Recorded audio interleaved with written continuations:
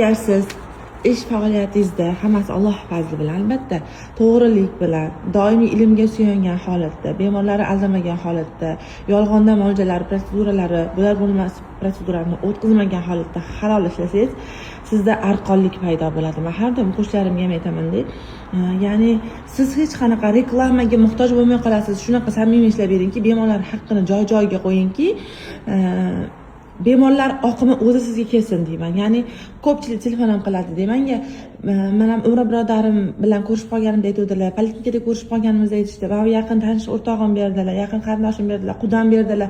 Xullas arqon bo'lib ketgan. Alhamdulillah, Alloh fazli hammasi. Shu aynan shu daqiqada meni kimgadir tavsiya qilayotgan barchaga kattakon rahmatimni aytaman. Bu men uchun juda ham yoqimli hislar hammasi. Alloh ulardan rozi bo'lsin, tavsiya qilayotganlardan va kelayotganlarga ham bizga ishonch bilan, ixlos bilan kelayotgan hammaga